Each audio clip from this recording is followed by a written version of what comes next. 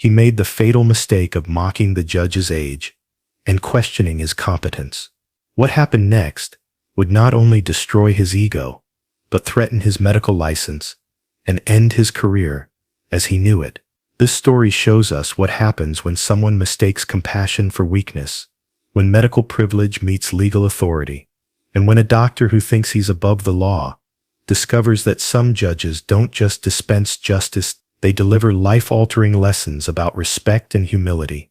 But before we dive into this incredible medical meltdown, less than 3% of you watching are actually subscribed. So please hit that subscribe button, because this story about professional arrogance meeting its match deserves to reach everyone who's ever dealt with entitled behavior from people who think their degree makes them untouchable. It's a busy Monday morning in Providence Municipal Court, and Judge Frank Caprio is handling his usual mix of traffic violations and municipal infractions. The autumn air is crisp, and the courtroom has its familiar energy of people waiting to resolve their legal matters and move on with their lives. At exactly 10:30 a.m., the courtroom doors swing open with unusual force, and in strides Dr. Alexander Alex Morrison, a 35-year-old emergency room physician at Rhode Island Hospital. Alex moves with the kind of aggressive confidence that immediately puts everyone on edge. His expensive suit is perfectly tailored,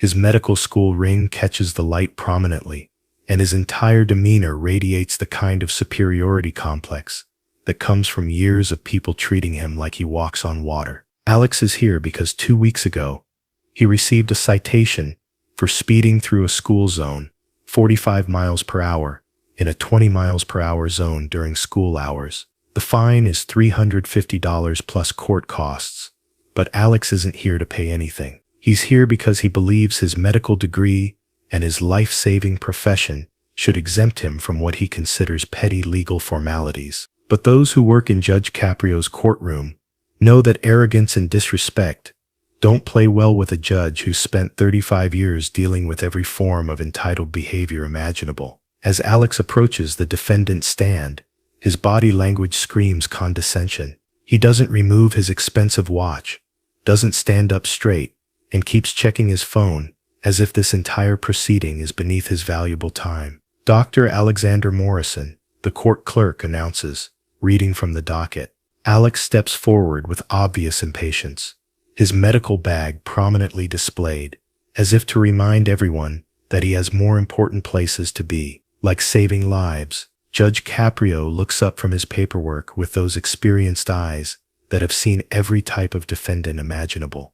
After 35 years on the bench, he can spot entitled arrogance from across the courtroom. Dr. Morrison, Judge Caprio begins, his voice carrying the authority of decades of judicial experience. You're charged with exceeding the speed limit in a school zone, 45 miles per hour, in a 20 miles per hour zone during school hours. The violation occurred on October 8th at 2:47 p.m. outside Roosevelt Elementary School. How do you plead? Alex's response immediately sets a confrontational tone that will seal his fate. Your Honor, Alex says, his voice dripping with condescension and barely concealed impatience, I'm pleading not guilty because this citation represents a fundamental misunderstanding of emergency medical priorities. Judge Caprio sets down his pen, never a good sign for defendants who think they're smarter than the law. Dr. Morrison, were you responding to a medical emergency at the time of the violation? Not at that specific moment, Your Honor, but as an emergency room physician, I maintain a constant state of readiness. My time is literally measured in life and death decisions. The judge's expression doesn't change, but veteran court watchers know that Alex has just walked into dangerous territory. Judge Caprio has no patience for people who think their profession makes them above the law. Dr. Morrison, were you using emergency lights or sirens when you were clocked at 45 miles per hour in the school zone? No, Your Honor, but were you officially on call or responding to a hospital emergency? Alex's irritation becomes more visible. Your Honor, with all due respect, I don't think you understand the complexities of emergency medical practice in the modern healthcare environment. The courtroom falls quiet.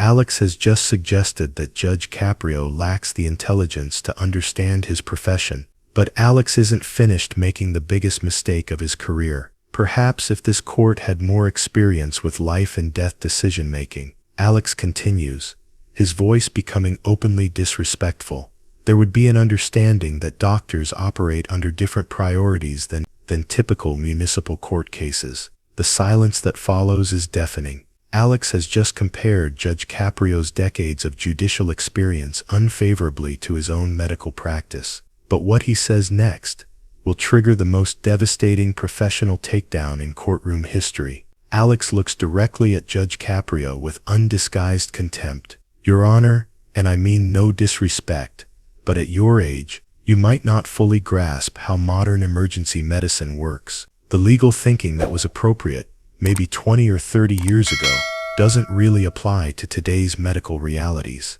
The courtroom is dead silent. Alex has just insulted Judge Caprio's age, intelligence, and competence. In front of a packed courtroom and television cameras, he's made the same fatal mistake that has destroyed careers before him. He's mistaken judicial compassion for weakness. What Judge Caprio does next will systematically destroy Alex's arrogance and threaten everything he's worked for in his medical career. Judge Caprio slowly removes his glasses, the gesture that signals something significant is about to happen. He sets them down with deliberate precision and looks directly at Alex with the calm, measured expression that has made him both beloved and feared. Dr. Morrison, Judge Caprio says, his voice remaining perfectly calm, I want to make sure I understand your position correctly. Are you suggesting that this court lacks the competence to properly adjudicate your case? Alex, emboldened by what he